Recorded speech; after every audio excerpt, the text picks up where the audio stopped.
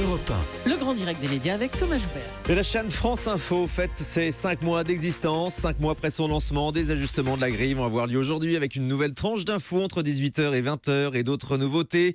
Avec moi pour en parler, le directeur délégué à l'information de France Télévisions en charge de France Info, Germain Dagognet. Bonjour, bienvenue. Bonjour. Bienvenue sur Europe 1. On va Merci. commencer par un petit bilan de France Info au bout de 5 mois. Qu'est-ce qui fonctionne et qu'est-ce qui ne fonctionne pas sur votre chaîne ? Écoutez, la première chose que je peux dire, c'est qu'avant de lancer, j'étais venu vous voir pour vous dire qu'on ne ferait pas une chaîne d'information comme les autres. Le 1er septembre, vous étiez Voilà, venu lancer voilà. cette chaîne dans cette émission. Je dirais que de ce point de vue-là, le pari est tenu. On n'a pas fait une 4e chaîne d'information. On a essayé d'apporter une nouvelle façon d'écrire l'information, une nouvelle façon de la regarder, de la décrypter, d'explorer des champs plus larges que peut-être la simple actualité franco-française. Donc ça, c'est réussi ? Je crois que oui.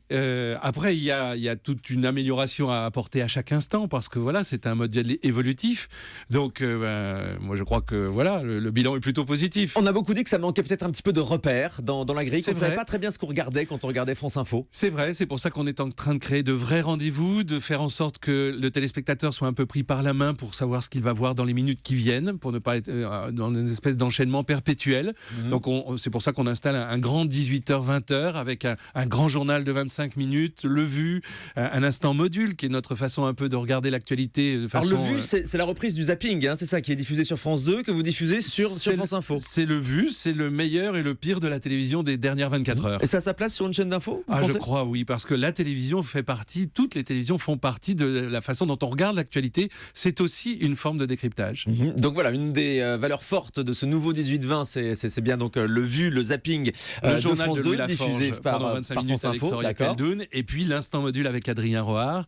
Là aussi, c'est notre patte à nous. Hein. Ces vidéos assez courtes que l'on exporte ensuite sur le web et qui nous permettent de décrypter. On écrit beaucoup à l'image, on emprunte cette nouvelle écriture qui est très, très, très, très, très propre au web C'est ça. et qu'on voit aussi à l'antenne. Voilà, donc des petits modules qui avaient tendance un petit peu à s'enchaîner aussi parfois sur France Info. On va les hiérarchiser, on va les structurer et on s'en sert pour regarder l'actualité ou une autre actualité. Ce sont des modules très bien faits pour regarder la chaîne sans le son.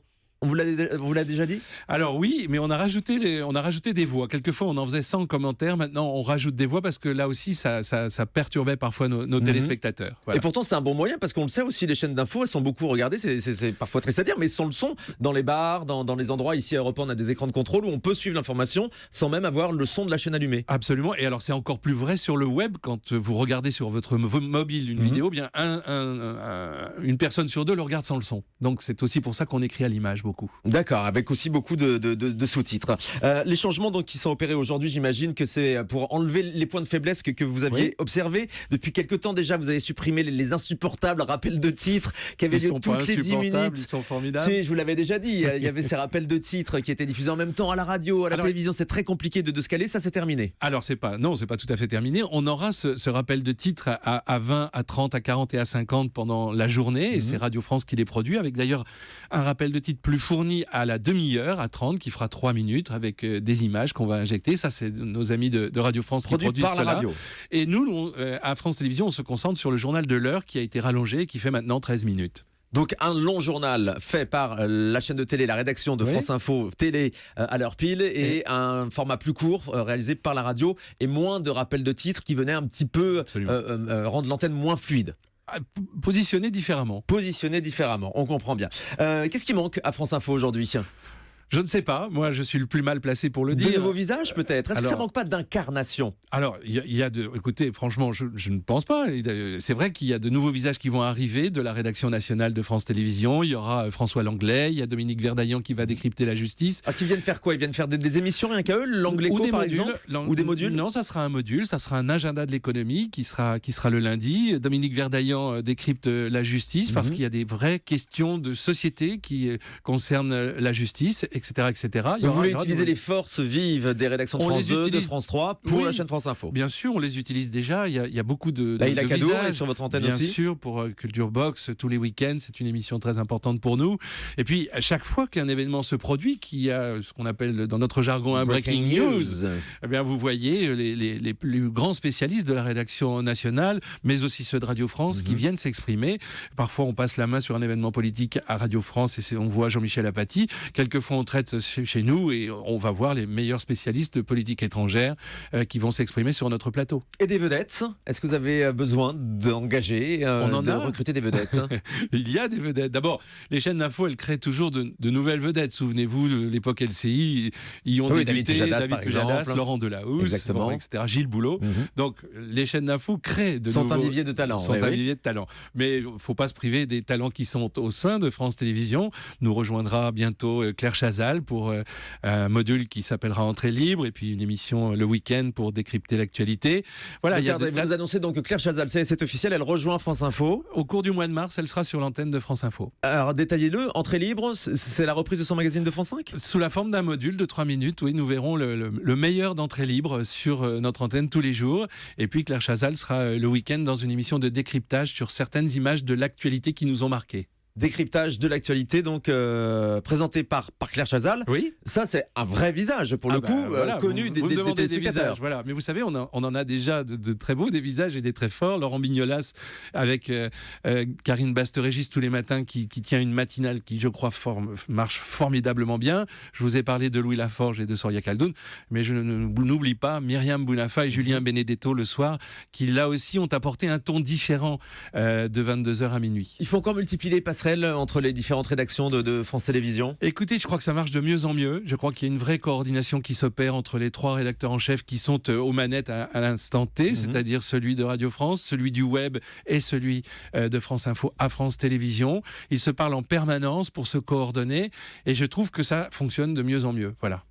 Est-ce que France Info, la chaîne, n'aurait pas besoin de plus de visibilité sur les antennes de France Télé? Est-ce qu'on ne pourrait pas imaginer avoir des fenêtres de diffusion sur France 2, sur France 3? Écoutez, je n'en sais rien. Moi, c'est pas à moi de le décider. Ce que je sais, c'est que nous avons déjà opéré des passerelles pour les soirées des primaires. Par exemple, Laurent Delahousse est venu sur notre plateau. Alors, il vous a piqué votre plateau, Laurent Delahousse? Non, il n'a pas piqué notre plateau. C'est nous qui lui avons proposé. On n'en était pas peu fiers. D'ailleurs, il y avait aussi des visages de France Info. Il y avait Myriam Bounafa qui a co-animé avec lui cette soirée. Donc voilà, ce sont toutes ces synergies qui doivent fonctionner. Mais pendant ce temps-là, pendant les soirées électorales, du coup, sur la chaîne France Info, vous étiez obligé de diffuser la radio. On n'était pas obligé, c'était un choix. Et c'était pas que la radio. Il y avait Karine Basterégis qui co-animait cette soirée avec Jérôme Canet. Donc non, ne voyez pas les choses négativement. Nous, on était très contents de cette opération. Et d'ailleurs, elle a beaucoup plu aux téléspectateurs. Est-ce qu'on la reverra pour les soirées électorales de la présidentielle? Ce sera la même configuration? Non, il y aura une soirée électorale propre à la 2, à la 3 et à nous-mêmes, parce que là, ce sont des moments de l'actualité trop importants pour que voilà. Bien sûr.